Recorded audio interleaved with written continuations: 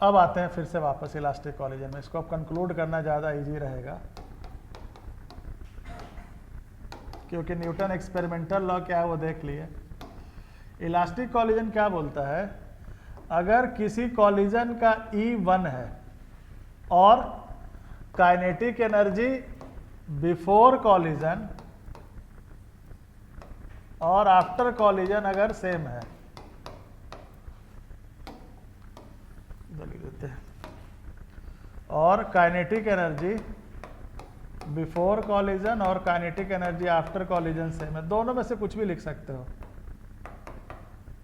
ठीक है, दोनों में से कोई भी केस है तो इलास्टिक कॉलिजन है, बस इतना ही याद रखना है।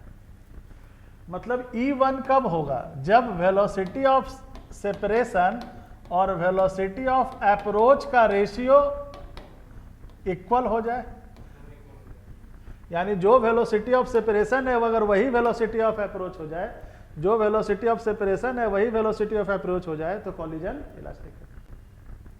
रेशियो 1 तो तभी होगा, तो ये ध्यान रखना बस इलास्टिक कॉलिजन में। और दूसरा पॉइंट ध्यान रखना, लिखते जाओ, नोट करके लिखते जाओ ऐसे।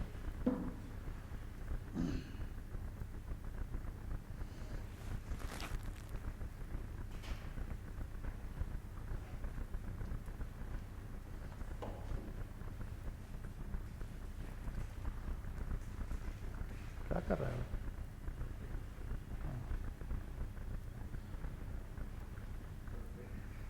हमको लगा कुछ खा रहा है तो हम लोग को भी खिलाओ क्या।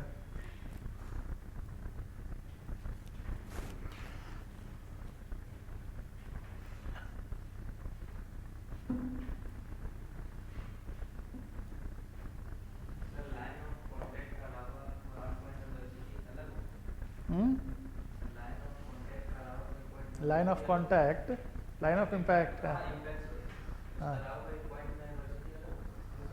हाँ हो, खूब होगा, बहुत होगा, बहुत सारे केस में होगा, अनंत केस में होगा।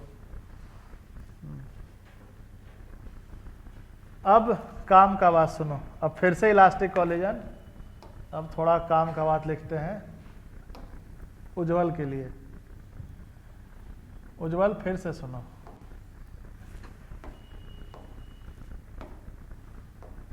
अब कंक्लूड कर दे रहे हैं कि इलास्टिक कॉलिजन में तुमको क्या क्या करना है, अब वो बता रहे हैं, क्योंकि मैक्सिमम क्वेश्चन में कॉलिजन इलास्टिक दिया रहेगा।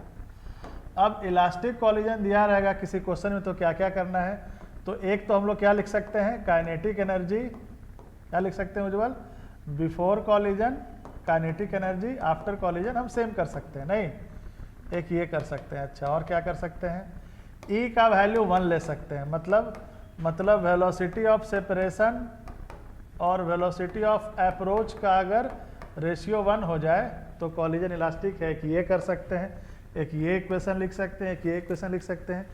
तीसरा, कंजर्वेशन ऑफ लीनियर मोमेंटम लगा सकते हैं, लगा सकते हैं।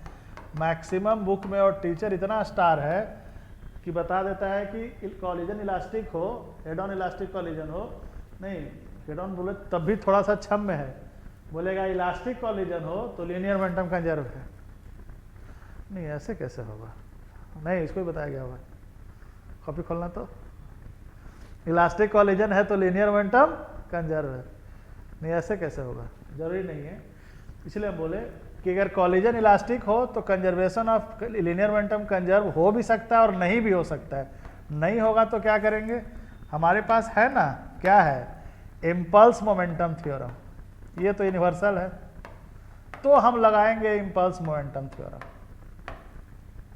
मतलब इलास्टिक कॉलिजन का दुनिया का कोई भी प्रॉब्लम हो, बस आपको ये 3 लाइन याद रखना है, आपका काम हो जाएगा।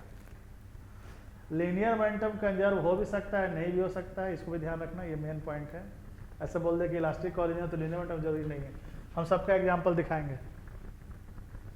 लिखो, चार्ट बना लो, ध्यान रहेगा।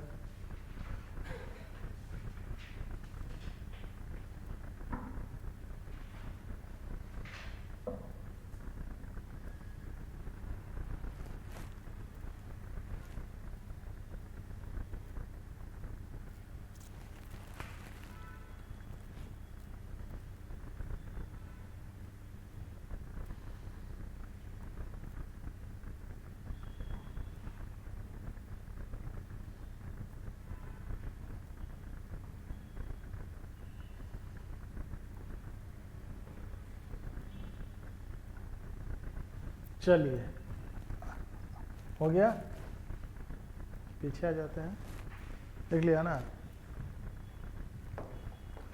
अब आ जाइए इन इलास्टिक कॉलिजन। अब आ जाइए इन इलास्टिक कॉलिजन, ये क्या होता है? अब देगा इन इलास्टिक कॉलिजन। तो इन इलास्टिक कॉलिजन में क्या क्या हमको ध्यान रखना है? बस 3 लाइन ध्यान रखना है। अगर कॉलिजन इन इलास्टिक है तो kinetic energy before collision not equal to kinetic energy after collision. ये तो आंख बंद करके आपको ध्यान रखना है, क्यों एनर्जी लॉस कर जाएगा, नहीं रहेगा। दूसरा, E का वैल्यू 0 से लेकर 1 के बीच में कुछ भी हो सकता है। E ना 1 से ज़्यादा होता है ना 0 से कम होता है। E कभी नेगेटिव नहीं हो सकता है। अच्छा, नेगेटिव E का क्या इम्पैक्ट है वो कभी और डिस्कस करेंगे, आज नहीं, ठीक है। E का वैल्यू 0 और 1 के बीच में रहेगा, ये हमेशा एकदम फिक्स है। इससे ना इससे कम होगा ना उससे ज़्यादा होगा।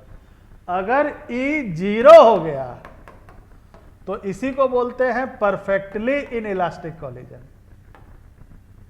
इसी को बोलते हैं perfectly in elastic collision. Perfectly in elastic collision. और क्या करेंगे? और तो एक तो कंजर्वेशन ऑफ लीनियर मोमेंटम हम लोग लगाएंगे ही, अगर जहां पे कंजर्व है, जहां पे नहीं है वहां पे इम्पल्स मोमेंटम थ्योरम IMT लिख देते हैं, यूज कर लेंगे।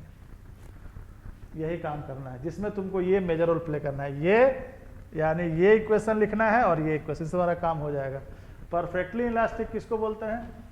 तो अगर परफेक्टली इलास्टिक में क्या होता है कि जो पॉइंट ऑफ कॉलिजन होता है, ध्यान से सुनना, परफेक्टली इलास्टिक कॉलिजन में जो 2 पॉइंट कॉलिजन में पार्टिसिपेट कर रहा है, हाँ ठीक है, आफ्टर कॉलिजन अगर दोनों का वेलोसिटी इक्वल हो जाए, हाँ रिलेटिव मतलब, यानी अगर मान लो ये पार्टिकल 1 है, ये पार्टिकल 2 है, आफ्टर कॉलिजन लिख देते हैं परफेक्टली इलास्टिक का। पर अगर after collision V1 equal to V2 हो जाए तो परफेक्टली इनइलास्टिक है। ये 2 केस में हो सकता है, या तो वेलोसिटी इक्वल हो जाए, मतलब V रिलेटिव 0 हो जाए आफ्टर कॉलिजन, या दोनों का वेलोसिटी ही 0 हो जाए, ये भी हो सकता है। आफ्टर कॉलिजन दोनों रेस्ट में आ जाए, दोनों पार्टिकल, तो कैसा है? Perfectly inelastic. यानी या तो दोनों साइमल्टेनियस रेस्ट में आ जाए आफ्टर कॉलिजन, या आफ्टर कॉलिजन दोनों का वेलोसिटी सेम हो जाए, मतलब V रिलेटिव 0 हो जाए। किस पे? लाइन ऑफ इंपैक्ट पे। किसका? Point of collision. ये इंपॉर्टेंट पॉइंट।